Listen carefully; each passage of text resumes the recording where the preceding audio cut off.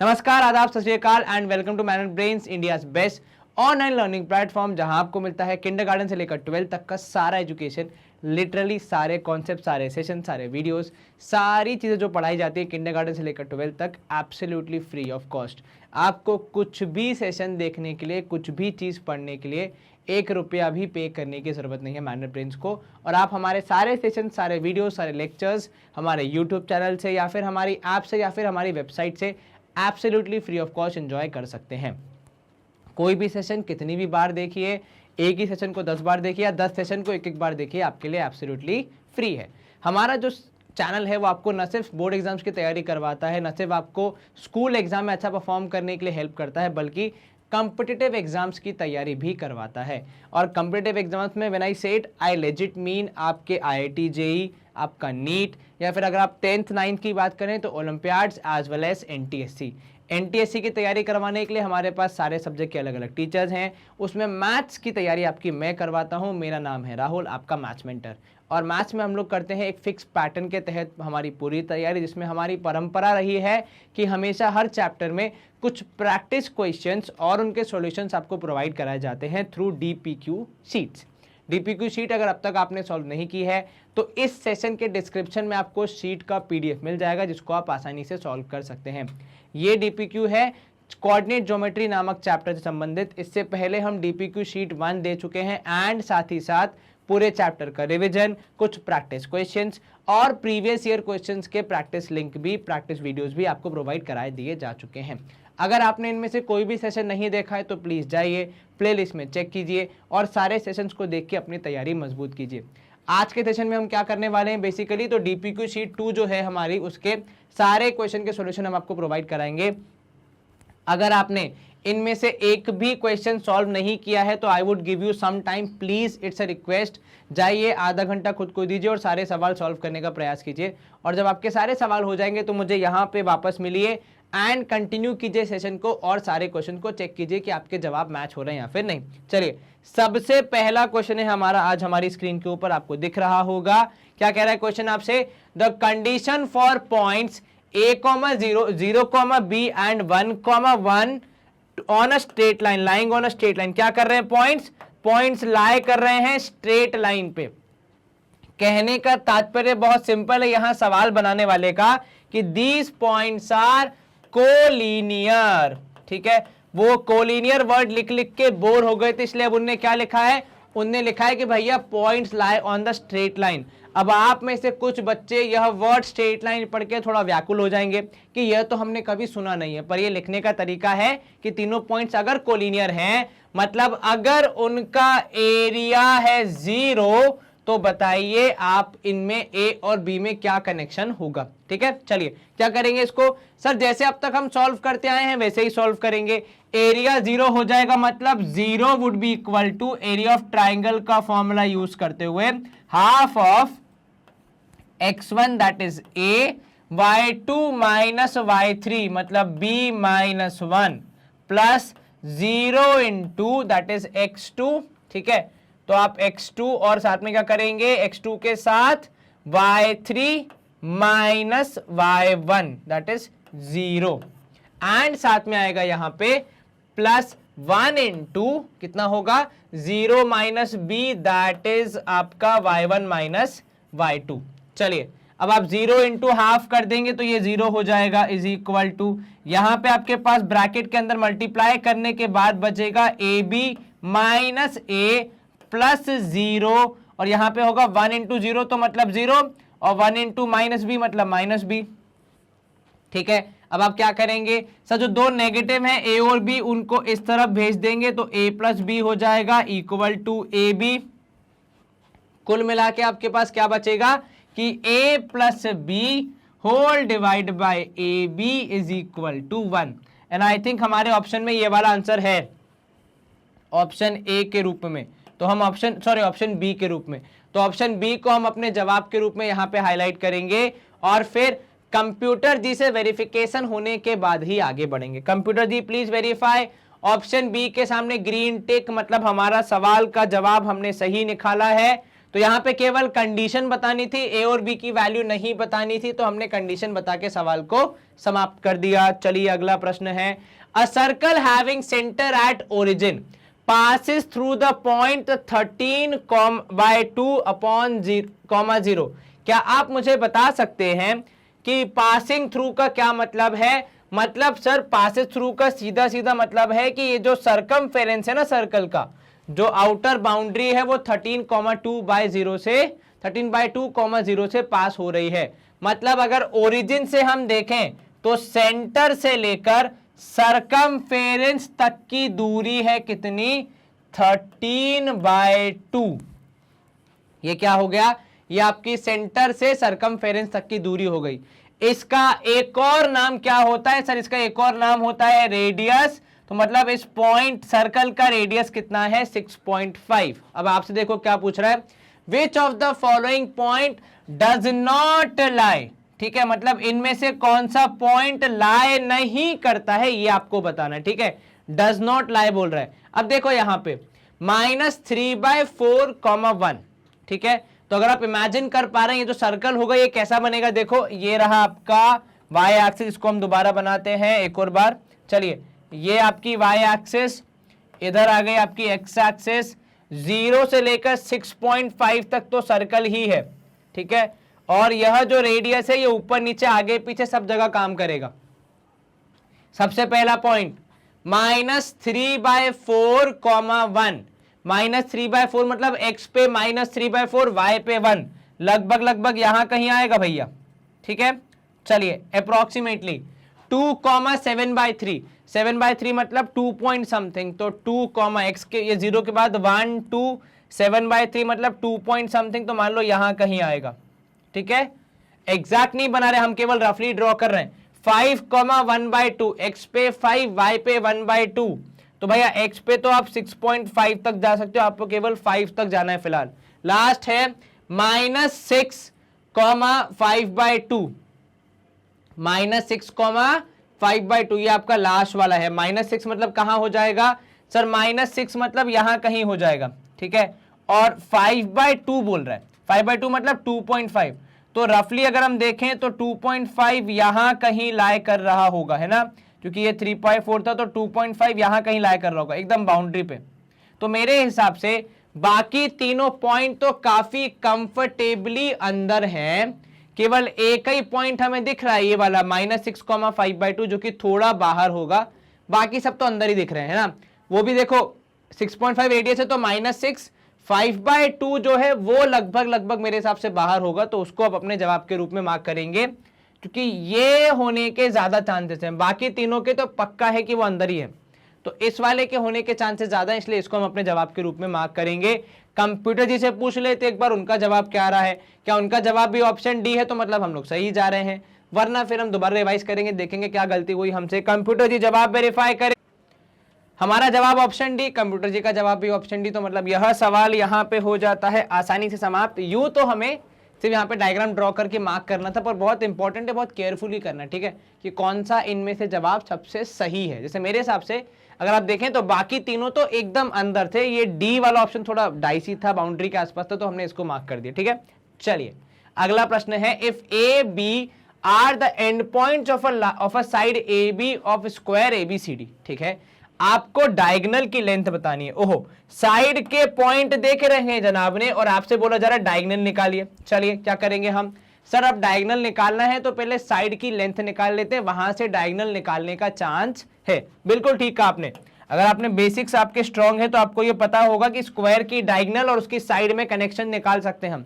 तो पहले साइड की लेंथ निकाल लेते हैं, तो डी या फिर एस लिख लो, क्योंकि साइड है would be under root of formula कौन सा सर, डिस्टेंस फॉर्मूला। चलिए तो अब आपके यहाँ पे पॉइंट्स क्या है, तो सर ये है एक 3 और एक -1 है, तो माइनस माइनस हो जाएगा प्लस, तो 3 + 1 का होल स्क्वायर, और साथ में आ जाएगा प्लस, क्योंकि आपने इसको लिया है x2 तो यहां से ही y2 पिक करेंगे, -1 का होल स्क्वायर। चलिए तो s आ जाएगा रूट ऑफ 3 + 1 हो जाएगा 4 स्क्वायर, और -1 हो जाएगा -2 का स्क्वायर। ठीक है, तो s would be equal to 4 square मतलब 16 -2 का स्क्वायर मतलब 4, तो s would be root of 20। ठीक है। अब अगर एक बात बताया मुझे कि जो रेक्टेंगल जो स्क्वायर होता है उसकी जो चारों साइड्स होती है वो बराबर होती है। जी सर बिल्कुल, तो स्क्वायर की चारों साइड्स बराबर मतलब अगर इधर है √20 तो इधर भी होगा √20। और अब आप डायगोनल निकाल सकते हैं आसानी से। बिल्कुल सर, क्योंकि यहां पे अब इस तरफ लग जाएगी पाइथागोरस थ्योरम, तो आप करेंगे √20 का स्क्वायर प्लस √20 का square would be equal to D square, that is diagonal का स्क्वायर। तो ये हो जाएगा कितना, 20 + 20 would be equal to D square. 20 + 20 हो जाएगा 40 is the value of D square. आप जब स्क्वायर रूट निकालेंगे तो 40 would be the value, √40 would be the value of D. और डी क्या था आपका, डायगोनल था। आप चाहें तो सिंप्लीफाई भी कर सकते हो उसे। सिंप्लीफाई करने पे आएगा 2 रूट जो भी आएगा 2√10 या समथिंग, ठीक है। पर यहां पे अगर आपको क्योंकि ऑप्शन दिया है √40 तो आप वही जवाब मार्क करेंगे। क्या आपको ये समझ में आया, कहीं कोई दिक्कत तो नहीं? बिल्कुल नहीं सर। चलिए ऑप्शन डी √40 हमारा आंसर वही थी। डायगोनल की लेंथ कैसे निकाला आपने, आपने पहले साइड निकाली, साइड से आपने डायगोनल निकाली। हालांकि लिखा था वन ऑफ इट्स डायगोनल, ऐसा इसीलिए क्योंकि स्क्वायर की दोनों डायगोनल्स आपस में इक्वल होती हैं, क्योंकि square is also a rectangle. तो रेक्टेंगल की प्रॉपर्टीज एप्लीकेबल हो जाती हैं। और रेक्टेंगल की सबसे जो स्पेशल प्रॉपर्टी वो यही है कि उसकी डायगोनल की लेंथ बराबर होती है। चलिए कंप्यूटर जी एक बार जवाब वेरीफाई कर दीजिए। उनका जवाब भी है ऑप्शन डी √40, हमारा जवाब भी ऑप्शन डी √40। तो screen clear. Next question, what is the ratio in which x axis, आपको क्या पूछ रहा है, रेशियो पूछ रहा है। क्या हिंट दिया है कि एक्स एक्सिस डिवाइड कर रही है। जैसे ही आपने हिंट देखा सबसे पहले क्या लिखोगे कि सर क्योंकि एक्स एक्सिस डिवाइड कर रही है मतलब पक्का वाई की वैल्यू 0 हो जाएगी। और साथ ही साथ क्या दिया है आपको, कोऑर्डिनेट्स दिए हैं पॉइंट के जिनको डिवाइड किया जा रहा है। और ये बोला है कि इंटरनल डिवीजन है, मतलब कौन सा फॉर्मूला यूज होगा इस बात की पूरी पूरी गारंटी है। चलिए अब y 0 है तो भैया y से ही हेल्प लेते हैं। रेशियो को मान लेते हैं हम k:1 हमेशा की तरह। k आ जाएगा आपका m1 इंटू यहां पे आप करेंगे y2 that is 6 plus m2 that is 1 into कितना, इंटू यहां पे हो जाएगा -4 होल डिवाइड बाय k+1। अब y की वैल्यू है 0, यहां पे हो जाएगा 6k - 4 अपॉन k+1, ठीक है। k+1 में 0 मल्टीप्लाई कर दोगे तो 0 हो जाएगा, तो यहां हो जाएगा 6k - 4, आपके पास आएगा 4 = 6k। रेशियो आएगा 4/6, जिसे आप कैंसिल करेंगे तो आंसर आएगा 2/3। अब आप देखिए रेशियो आया पॉजिटिव, इंटरनली का मतलब ही होगा कि रेशियो मतलब पॉजिटिव है, मतलब इंटरनल डिवीजन है। अगर रेशियो अगर आ गया नेगेटिव तो हम क्या बोलते हैं, एक्सटर्नल डिवीजन है। तो आपका रेशियो कितना आया 2:3, जो कि है आपका ऑप्शन ए। आसान प्रश्न। सबसे बड़ा हिंट क्या था यहाँ पे कि भैया वाई एक्सिस है, सॉरी एक्स एक्सिस है, मतलब वाई की वैल्यू 0 हो जाए, क्योंकि एक्स एक्सिस मतलब एक्स का पूरा इलाका है, वाई की यहाँ पे कुछ भी नहीं चलने वाली है। चलिए कंप्यूटर जी जवाब वेरीफाई करें। कंप्यूटर जी का जवाब भी है ऑप्शन ए, हमारा जवाब भी ऑप्शन ए। तो यहां पे हम करेंगे स्क्रीन को क्लियर एंड मूव करेंगे नेक्स्ट क्वेश्चन पे। अब नेक्स्ट क्वेश्चन किसके बारे में है, तो बोल रहे भैया y axis divide, y axis क्या है, इक्वी डिस्टेंट है फ्रॉम दीज 2 पॉइंट्स। अब देखो यहां पे मतलब वाई एक्सिस पे एक पॉइंट है, तो ये मान लो आपकी वाई एक्सिस है, ये आपकी एक्स एक्सिस है। वाई एक्सिस पे एक पॉइंट है जो कि 3, -2, 3, -2 मतलब यहां पे कहीं, ठीक है। और 4, 5, तो 4, 5 मतलब यहां पे कहीं होगा। तो मान लो पॉइंट कहां है, ये वाला पॉइंट ऊपर की जगह बीच में कहीं होगा, ठीक है। मान लो इधर कहीं, तो इस पॉइंट की दूरी यहां से और यहां तक बराबर है, हालांकि दिख नहीं रही है पर मान लो कि बराबर है। और क्योंकि ये वाई एक्सिस पे है तो आपका सबसे बड़ा हिंट क्या होगा कि सर x की वैल्यू है 0, ठीक है। तो ये जो भी पॉइंट है, ये जो भी पॉइंट के इसके कोऑर्डिनेट्स होंगे 0, b। अब डिस्टेंस निकालते कैसे हैं, तो सर डिस्टेंस फॉर्मूला से। डिस्टेंस फॉर्मूला क्या कहेगा कि d = अगर आप पहले पॉइंट को कंसिडर करें तो 0 - 3 का स्क्वायर एंड प्लस हो जाएगा b + 2 का स्क्वायर, क्योंकि ध्यान से देखोगे तो वो नेगेटिव है, ठीक है, -2 है, तो वो माइनस और फॉर्मूले के अंदर का माइनस मिला के हो जाएगा प्लस। ठीक है, तो d वुड बी 0 - 3 का स्क्वायर मतलब 3 स्क्वायर प्लस, अब आप b + 2 का होल स्क्वायर खोलेंगे तो b स्क्वायर + 4 + 2 2 = 4b। थोड़ा और अगर इसको सिंप्लीफाई करें तो d वुड बी √, 3 स्क्वायर हो जाएगा 9, तो b स्क्वायर + 4b, 9 4 हो जाएगा 13। चलिए, ये तो हो गया एक तरफ। आप भाई इक्वी डिस्टेंट है तो मतलब दो जगह से है ना, तो ये तो आपने 3, -2 से देख लिया। दूसरी जगह से भी देखो भैया, जिसमें है 4, 5, तो ये रहा आपका दूसरा पार्ट की d would be equal to √, फिर से वही 0 - 4 का स्क्वायर प्लस 5 b - 5 का स्क्वायर। सॉरी, ध्यान रखना भैया कहीं गलती ना हो जाए, पहले किसको लिख रहे हैं उसका बहुत इंपॉर्टेंस है यहाँ पे। तो d would be equal to -4 का स्क्वायर मतलब 16 प्लस b स्क्वायर, 5 का स्क्वायर 25 माइनस हो जाएगा यहाँ पे 5 2 = 10b। ध्यान रखना भैया a - b का होल स्क्वायर सही से करना है। और जैसा कि आपके सारे गुरुजी ने कहा है बचपन से कि ये इंपॉर्टेंट प्रॉपर्टीज हैं, देखो यहाँ भी यूज हो रही है, a + b का होल स्क्वायर, a - b का होल स्क्वायर। d की वैल्यू आएगी यहाँ पे √, b स्क्वायर -10b प्लस हो जाएगा 25 और 10 35 और ये हो जाएगा 41। ठीक है, अब आपके पास d की दो वैल्यू आ गई हैं, दोनों बराबर है, आप दोनों को कंपेयर कर लीजिए तो आपको आपका जवाब मिल जाएगा। अब जब आप दोनों को कंपेयर करेंगे तो √, b स्क्वायर + 4b + 13 ये बराबर होगा इधर के √, b स्क्वायर -10b + 41 के, क्योंकि दोनों तरफ आपके पास रूट है तो आप कैंसिल कर देंगे। ठीक है, उसके बाद क्या बचा, इधर बच गया b square + 4b + 13, this should be equal to b square -10b + 41। अब क्योंकि दोनों तरफ b स्क्वायर है तो वो भी कैंसिल हो जाएंगे, तो क्या बचेगा, b स्क्वायर कैंसिल, ये जो -10 है उसको यहाँ ले आए, नेगेटिव से बन जाएगा पॉजिटिव, तो 4 + 10 मतलब हो जाएगा ये 14, और इधर हो जाएगा 41 - 13, 41 में से 10 गया तो बचेगा 31, 31 में से 3 गया तो बचा 28। तो कुल मिला के आपके पास कहानी बची कि 14b है 28 के बराबर। अब इसके बाद तो आपको सीधे सीधे आंसर निकालना है कि b की वैल्यू आएगी 2। कितनी आएगी b की वैल्यू 2। अब b की वैल्यू 2, x पहले से 0 है तो पक्का आपका आंसर क्या होगा, ऑप्शन ए 0,2। एक बार चेक कर लो कहीं कुछ गड़बड़ तो नहीं, साइन वाइन सही तो है ना सब कुछ, यस सर बिल्कुल ठीक है। b की वैल्यू आ रही है 2, यहाँ पे बेसिकली 28 / 14 हुआ है भैया, अलग से बता रहे हैं हम, तो ऑप्शन ए 0,2 हमारा आंसर है। आंसर सही होने के चांसेस क्यों हैं, क्योंकि भैया y एक्सिस था मतलब x की वैल्यू 0 थी, लेकिन वैसे कि चारों में ही x की वैल्यू 0 दी है, मतलब इस बार सवाल बनाने वाला थोड़ा सा शातिर है।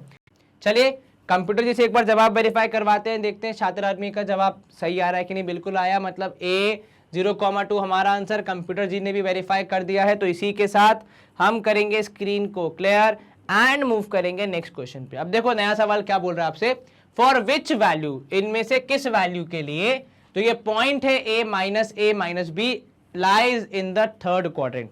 तो यहाँ पे देखो सवाल शुरू उल्टा होगा, क्वाड्रेंट 3 में लाई कर रहे हैं, तो यहां से हमें ये सीख मिलती है कि भैया जो दोनों पॉइंट्स हैं ये दोनों होंगे नेगेटिव। ठीक है, अब यहाँ पे ध्यान देने वाली बात, आपको a और b की वैल्यू बतानी है। अब दो केस होंगे, या तो अगर मैं सिर्फ a को पकड़ूं तो दो केस होंगे, या तो a होगा नेगेटिव या फिर a होगा पॉजिटिव, और कोई ऑप्शन तो है नहीं अपने पास, है ना। अब यदि a है नेगेटिव, ठीक है, ऊपर से यहां बाहर एक और नेगेटिव एग्जिस्ट करता है, तो जब ये लगेगा तो इस नेगेटिव में लगने के बाद ये नेगेटिव बन जाएगा दोनों मिला के पॉजिटिव। मतलब कि जो a नेगेटिव था उसमें यहां पे ट्रेडिशनली जो नेगेटिव लग रहा है उसकी वजह से ये हो गए दोनों क्या, नेगेटिव नेगेटिव मिला के पॉजिटिव। तो मतलब यहां पे अब हम क्या करेंगे, पहले वाले ऑप्शन को कर देंगे रिजेक्ट, मतलब a की वैल्यू नेगेटिव नहीं हो सकती। अब अगर a की वैल्यू पॉजिटिव है और आपने बाहर से लाके एक नेगेटिव लगा भी दिया, तो वो नेगेटिव और पॉजिटिव मिला के बना देंगे इसे नेगेटिव, जो कि थर्ड क्वाड्रेंट की रिक्वायरमेंट है कि भैया जो भी आपका यहां पे वैल्यू होगा वो नेगेटिव होना चाहिए। ठीक है, तो माइनस साइन जो है वो हमें क्या बता रहा है कि अंदर ए की स्वयं की वैल्यू होनी चाहिए पॉजिटिव, तो ऐसा ऑप्शन ढूंढो जिसमें ए की वैल्यू पॉजिटिव हो। तो सर ऐसा ऑप्शन है हमारे पास, अगर हम पहले रिजेक्ट करना स्टार्ट करें तो ये वाला ऑप्शन हट जाएगा क्योंकि इसमें ए की वैल्यू नेगेटिव है, ये भी हट जाएगा क्योंकि इसमें ए की वैल्यू नेगेटिव है। बच्चे कौन से अब, बच्चा भैया ए और सी ऑप्शन, अब दोनों में से देखना पड़ेगा जहां पे दोनों पॉजिटिव हो, क्योंकि जो ए के साथ हुआ वो बी के साथ भी होगा, उसमें भी बी की वैल्यू पॉजिटिव होगी, तभी बाहर का माइनस कंबाइन करके वो दोनों बन जाएंगे नेगेटिव। ठीक है, तो यहां पे जो ऑप्शन ए सी है जहां पे दोनों वैल्यूज 0 से बड़ी हैं वो सबसे सही आंसर लग रहा है। ऑप्शन ए में क्या हो रहा है, देखो ए की वैल्यू तो 0 से बड़ी है बट बी की वैल्यू 0 से छोटी दर्शा रहा है, जो कि हमें थर्ड क्वाड्रेंट में नहीं आने देगा चीजों को, इसलिए हमारा जवाब क्या होगा, option C A comma 0 and B is greater than 0, sorry A is greater than 0 and B is greater than 0, मतलब दोनों पॉजिटिव हैं। दोनों पॉजिटिव होंगे तो बाहर के माइनस साइन लगने के बाद दोनों नेगेटिव बन जाएंगे और थर्ड क्वाड्रेंट के लिए परफेक्टली रेडी हो जाएंगे। कंप्यूटर जी जवाब वेरीफाई करें, उनका जवाब भी है ऑप्शन सी कि दोनों होंगे पॉजिटिव, तो मतलब इसको मार्क करते हुए स्क्रीन क्लियर करने के बाद हम मूव करेंगे नेक्स्ट क्वेश्चन पे। अब क्वेश्चन नंबर 7 आपसे क्या बोल रहा है, देखो, the join of a -5 -3 and 4, 6 intersect the x axis at d and y axis at c respectively. चित्र आपको दिया गया है समझने के लिए। a and bn are perpendiculars on x axis, find the area of AMD and area of DCO। इन दोनों का रेशियो निकाला है। देखो यहाँ पे AMD कहाँ है आपको दिख रहा होगा, एक बार मैं अगर हाईलाइट कर दूं तो ये रहा AMD, ठीक है, और दूसरा है यहाँ पे BN और BND है ना, नहीं DCO, AMD और DCO। ओके, छोटा ट्राइंगल देखो कहाँ गया DCO, ये रहा DCO, इनका रेशियो बताना है आपको। ठीक है, चलिए पहली बात तो ये क्या मैं बोल सकता हूं कि ये जो AMD हो और DCO है ये दोनों होंगे सिमिलर, क्या हम ऐसा बोल सकते हैं? और यदि हम ऐसा बोल पाएंगे तो हमारा काफी काम हो जाए, क्योंकि भैया उसकी वजह से हम आसानी से रेशियो निकाल पाएंगे। ठीक है, चलिए अब कैसे निकालेंगे भैया, इसमें सिमिलैरिटी कैसे चेक करेंगे? तो देखो सबसे पहले तो ये वाले जो हमारे एंगल्स हैं कौन कौन से, AMD और DCO में ये एंगल 90 डिग्री, ये एंगल 90 डिग्री, क्यों? क्योंकि ये तो दिया है परपेंडिकुलर है और वो जनाब वैसे ही परपेंडिकुलर, क्योंकि दोनों एक्सिस मीट कर रही हैं। दूसरी बात, ये वाला एंगल इसके बराबर because they are vertically opposite angles. अब जो अगर आप ये वैल्यू निकाल पाए कि भैया इनके साइड्स का रेशियो क्या है, तो आपके लिए आसानी से एरिया का रेशियो भी निकल जाएगा, है ना। वो निकालने में कौन हेल्प करेगा? तो देखो वो निकालने में आपकी हेल्प करेंगे यहाँ पे ये वाले पॉइंट C की वैल्यू। अगर आपको पॉइंट C के कोऑर्डिनेट्स मिल जाते हैं तो आपका काम आसानी से हो जाएगा। ठीक है, कैसे होगा? तो देखो यहाँ पे ये वैल्यू कितनी है आपको पता है, -5 है ना, ये वैल्यू कितनी है आपको पता है सर, ये है -3। तो इतना पार्ट तो हमें पता है, बस हमें कहीं से ये वैल्यू मिल जाए ना तो हम हमारा काम आसानी से कर जाएंगे। ठीक है, अब वो कैसे निकलेगा? देखो यहाँ पे जो पॉइंट C है ना, पॉइंट C वो कहाँ लाए कर रहा है? तो सर पॉइंट C लाए कर रहा है y एक्सिस पे। किस पे लाए कर रहा है? y एक्सिस पे। मतलब यहाँ पे आपको एक हिंट मिलता है कि x की वैल्यू होगी 0, और अगर x की वैल्यू 0 है तो उसकी मदद से आप रेशियो निकाल सकते हैं। ठीक है, कैसे सर? रेशियो, क्योंकि C अब ऑब्वियसली बात है वहां पे है तो डिवाइड तो कर रहा होगा, तो अब हम यहाँ पे क्या करेंगे, C के कोऑर्डिनेट्स निकालेंगे बाय यूजिंग सेक्शन फॉर्मूला। देखो अब कैसे निकालेंगे, x 0 है, रेशियो मान लिया आपने k:1, या बहुत बार कर चुके हैं, अब तक आपने डायरेक्ट क्वेश्चन किया है, पहली बार आप एप्लीकेशन कर रहे हैं इसका। ठीक है, रेशियो k:1 तो मतलब x would be equal to k into m1 into x2, मान लिया हमने किसको, 4 को।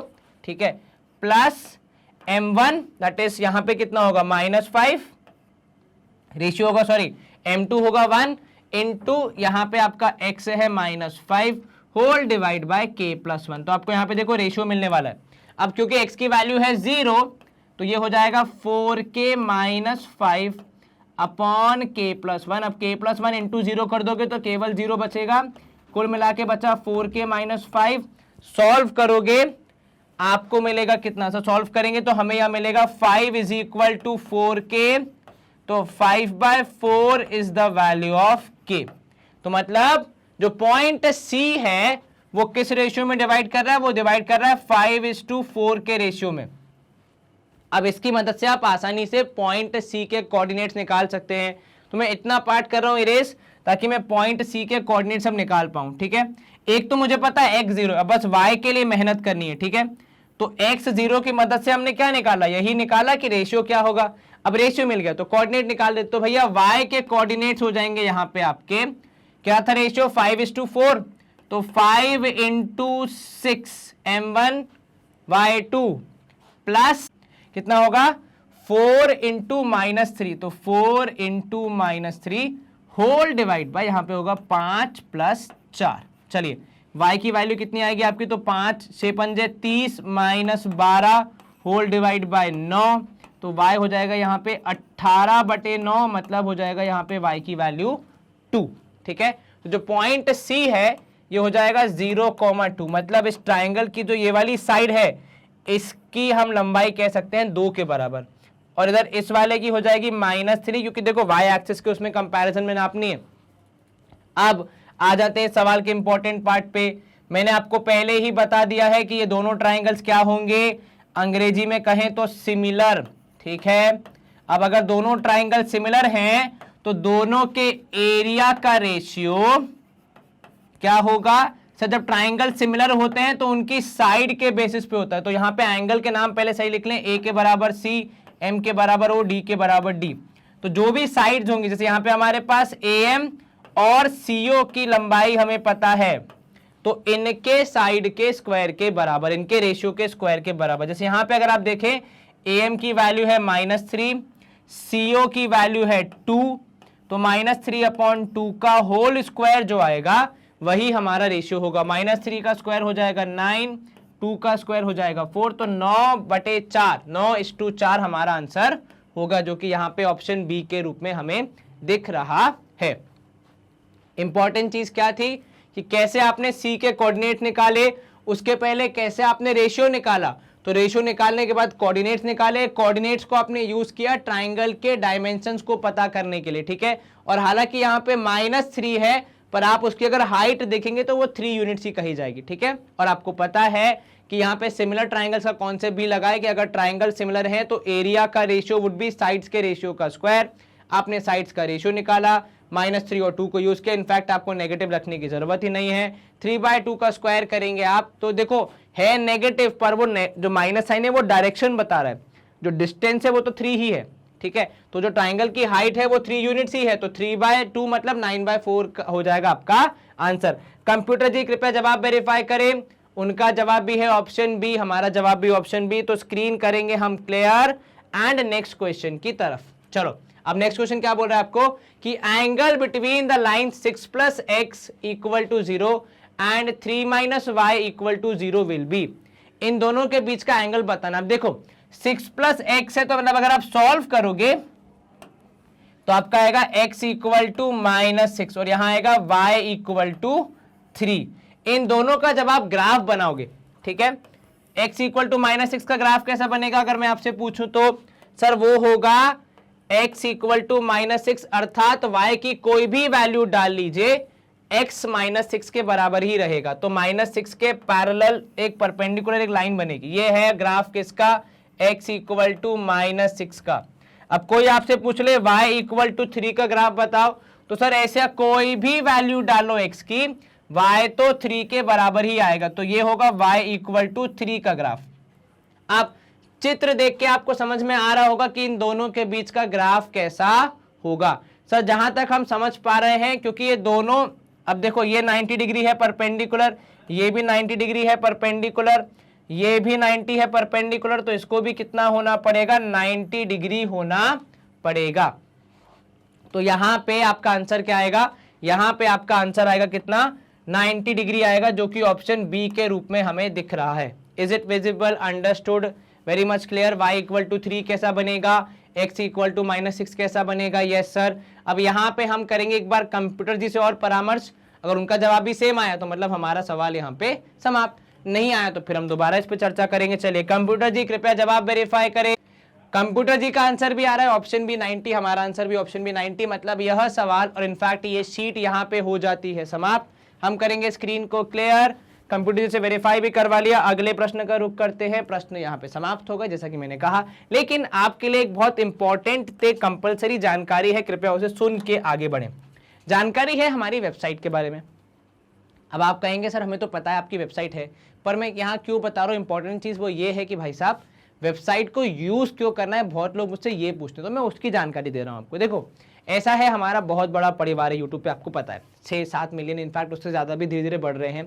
तो इतने सारे लोगों की सारी इच्छाओं को पूरा करने के लिए हम लोग हर घंटे, इनफैक्ट हर 15 मिनट में रोज़ नए वीडियोज़ आपके लिए आते रहते हैं। तो इस केस में काफ़ी स्टूडेंट्स कहते हैं कि सर हमें हमारे काम के सेशंस नहीं मिल पा रहे, मतलब हम क्लासीफाई नहीं कर पा रहे। तो हमने वो जो क्लासिफिकेशन है, बंटवारा है चीज़ों का, वो आपके लिए बहुत आसान कर दिया हमारी वेबसाइट के थ्रू। आपको क्या करना है, सिर्फ हमारी वेबसाइट पे जाना है mannerbrains.com पे। यहाँ पे जाके आपको यहाँ पे अपने काम का जो भी आपका सेक्शन है उसे सिलेक्ट करना है। जैसे आप NTSC पढ़ना चाहते हो, आप NTSC के टैब पे क्लिक कीजिए। आपको NTSC के सारे टीचर्स नाम और फोटो के साथ आपको मिल जाते हैं। आप जो भी सब्जेक्ट पढ़ना चाहते हैं बस उसके टैब पे क्लिक करो। जैसे आप उसके टैब पे क्लिक करोगे, आपको वहां उस टीचर ने क्या क्या सब्जेक्ट पढ़ाया है, कौन सा टॉपिक है, उस टॉपिक के कितने लेक्चर्स हैं, हर एक लेक्चर का कितना ड्यूरेशन है, किस लेक्चर में क्या टॉपिक कवर किया गया है, वो सारी जानकारी यहाँ पे आपको मिल जाती है एकदम क्लासिफाइड मैनर में। इसके बाद आप जो सेशन देखना चाहते हैं बस उसके वॉच नाउ के टैब पे क्लिक करो। जैसे ही आप वॉच नाउ के टैब पे क्लिक करोगे, आसानी से आपके यहाँ पे वीडियोस खुल जाते हैं, हूबहू वही टीचर्स, टीचिंग सेम कॉन्सेप्ट, कुछ भी डिफरेंस नहीं है। बस खाली एक फर्क है कि यहाँ पे एडवर्टाइजमेंट नहीं आती, ब्रेक नहीं आते, कुछ दिक्कत नहीं होती, कोई सजेशन, कोई एक्स्ट्रा वीडियो नहीं आता, केवल आपके काम के सेशन जो आपको देखना है वही यहाँ पे दिखते हैं आपको। देख लो, चेक कर लो, हूबहू सेम टीचर है, मेरा कोई जुड़वा भाई नहीं है, मैं ही पढ़ा रहा हूँ, तो आप आसानी से इसके थ्रू पढ़ सकते हैं। And with this we come to the end of our session. तो हमारा जो 100% फ्री कोर्स चल रहा है NTSC का, जहाँ पे हम मैट और सैट दोनों पार्ट कवर कर रहे हैं फॉर स्टेज 1 एग्जामिनेशन। उसमें सैट में हमने आज पढ़ा कोऑर्डिनेट ज्योमेट्री का इंपॉर्टेंट DPQ सेशन, जहाँ पे हमने 8-9 सवाल सॉल्व किए, काफ़ी इंपॉर्टेंट, जो कि आपकी प्रैक्टिस को मजबूत करेंगे। मैं आशा करता हूँ आपको ये सारे क्वेश्चन समझ आए होंगे। प्लीज़ सेशन को लाइक, चैनल को सब्सक्राइब एंड इस वीडियो को शेयर जरूर करें, बिकॉज नॉलेज जितना आप शेयर करेंगे उतना आपका भी इंक्रीज होगा। अच्छे से अपने एग्जाम्स की तैयारी करें। All the best for the examinations. Stay home, stay safe, take care, bye bye, good day, see you soon.